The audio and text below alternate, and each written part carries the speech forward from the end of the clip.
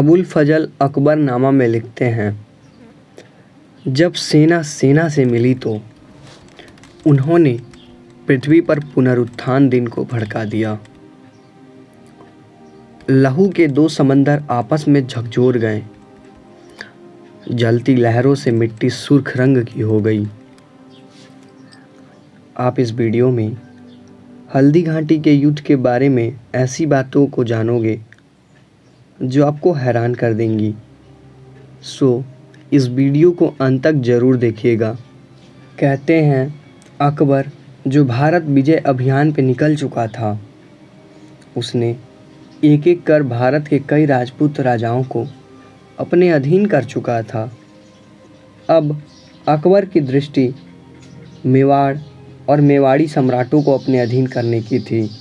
कोई राजा अगर दिल्ली की राजगद्दी पर बैठता तो उसे मेवाड़ जीतना अनिवार्य हो जाता, क्योंकि मेवाड़ व्यापारिक दृष्टिकोण से अहम भूमिका निभाता था।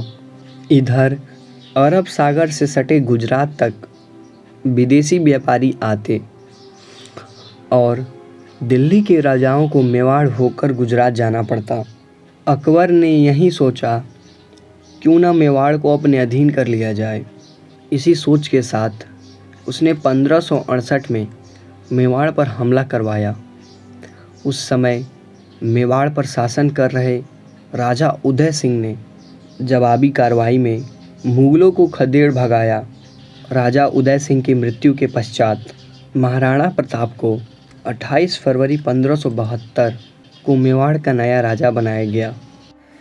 कहते हैं जब अकबर को ज्ञात हुआ कि महाराणा प्रताप मेवाड़ की गद्दी पर बैठे हुए हैं तो अकबर के मन में विचार आया। अकबर ने सोचा, क्यों न अन्य राजपूत राजाओं की तरह महाराणा प्रताप के साथ भी संधि कर लिया जाए। इस विचार के साथ अकबर ने महाराणा प्रताप के पास कई राजनयिक मिशन भेजे। बताया जाता है कि अकबर ने 4 दूतों को भेजा था।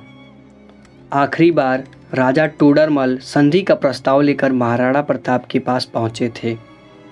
कहते हैं अकबर द्वारा भेजे गए राजा टोडरमल के संधि के प्रस्ताव को महाराणा प्रताप ने ठुकराते हुए कहा, मातृभूमि से प्रिय कुछ भी नहीं। हम मेवाड़ी किसी विदेशी की अधीनता स्वीकार नहीं करेंगे। मेवाड़ अपनी आज़ादी नहीं छोड़ेगा। दूतों की असफलता के कारण अकबर बहुत नाराज हुआ और अप्रैल 1576 में तुरंत मान सिंह के नेतृत्व में मुगल सेना को मेवाड़ की तरफ कूच करने के लिए कहा। 18 जून 1576 को मुगल सेना आगे बढ़ने लगी। महाराणा प्रताप ने उदयपुर के पास गोगुंदा शहर में अपना आधार स्थापित करने का फैसला किया था। गोगुंदा से 23 किलोमीटर उत्तर में ठामनेर गांव स्थित था, जो अरावली पर्वतमाला से सटा हुआ था। इन्हीं पर्वतों को हल्दी घाटी कहा जाता था, क्योंकि इसकी चट्टानें को कुचले जाने पर हल्दी जैसा रंग निकलता। महाराणा प्रताप सिंह ने अपनी सेना को हल्दी घाटे दर्रे की गर्दन पर तैनात किया। महाराणा प्रताप एक महान योद्धा थे। उनका घोड़ा चेतक भी इस युद्ध में भाग लिया।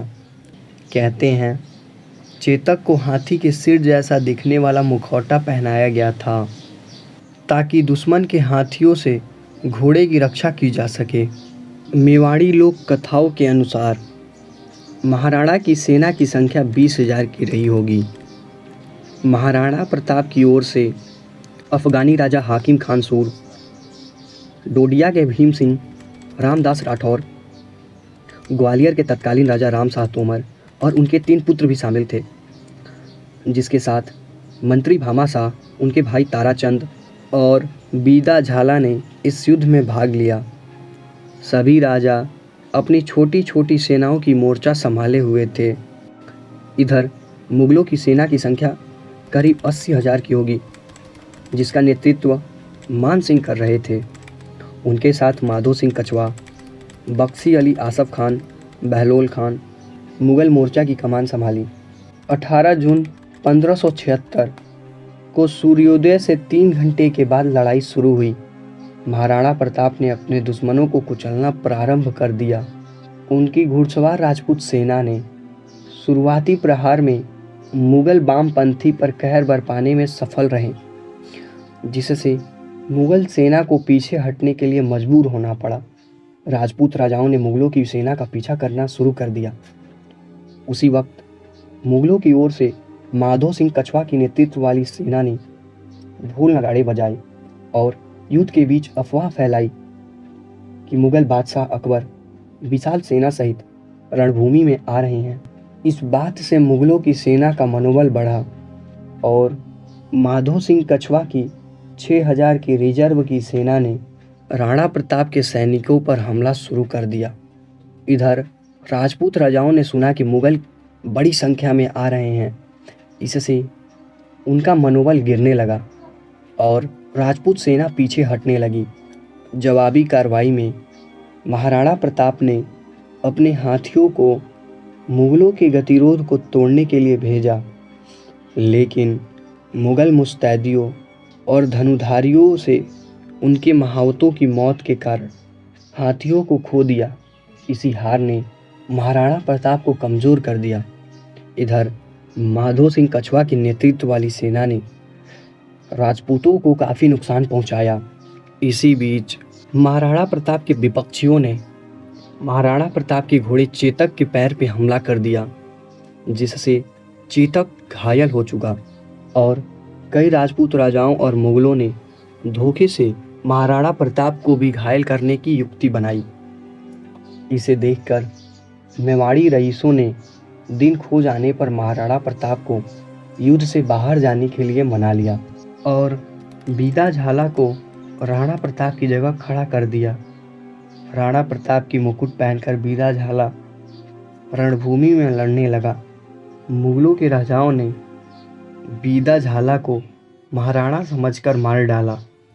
350 सैनिकों के वीरतापूर्ण बलिदान ने महाराणा प्रताप को अपनी सेना के आधे हिस्से को पीछे हटने की अनुमति दी। अबुल फजल कहते हैं कि यह युद्ध खामनेर के निकट तो बदायूनी कहता है अंतिम युद्ध गोगुंदा मेवाड़ की राजधानी में हुआ था। अबुल फजल ने 1600 लोगों के मारे जाने को गिना, जिनमें 150 मुगल मारे गए थे और 350 सैनिकों को घायल होना पड़ा था। राजस्थानी क्रांतिकारियों ने लड़ाई पर जोर देने के लिए 20,000 की संख्या बता दी। कुछ स्रोत कहते हैं इस युद्ध में मुगलों की सेना विजयी हुई और कुछ समय के लिए मेवाड़ पर आधिपत्य किया, लेकिन मेवाड़ी लोक कथाओं के अनुसार इस युद्ध का कोई परिणाम नहीं निकला। हल्दी घाटी युद्ध के बीच एक बहुत विवादित प्रसंग सामने आया। जब दोनों ओर से राजपूत सैनिक लड़ रहे थे, तब इसी भयंकर युद्ध के समय बदायूनी ने आसफ खान से मित्र और शत्रु राजपूतों के बीच अंतर करने के लिए कहा, जिस पर आसफ खान ने जवाब दिया, जिस पर चाहो गोली मारो, जिस तरफ वो मारे जाएं, इससे इस्लाम को फ़ायदा होगा, क्योंकि मरेंगे तो हिंदू ही। कहते हैं इस युद्ध के बाद चेतक की मृत्यु हो गई और महाराणा प्रताप को कुछ वर्षों तक जंगलों में भील जनजातियों के साथ रहना पड़ा। कुछ समय बाद 1582 में महाराणा प्रताप ने देवर का युद्ध लड़ा। इस युद्ध ने हल्दी घाटी के युद्ध को भुला दिया। इस युद्ध का नेतृत्व बहलोल खान ने किया। महाराणा प्रताप ने उसकी घोड़े सहित उसको चीर डाला। यह देख मुगल सेना काफ़ी भयभीत हो गई और बची सेना भाग निकली और महाराणा प्रताप को गौरवशाली जीत मिली और मेवाड़ पर पुनः शासन किया। कहते हैं 1585 के बाद अकबर ने कभी मेवाड़ पर हमला नहीं किया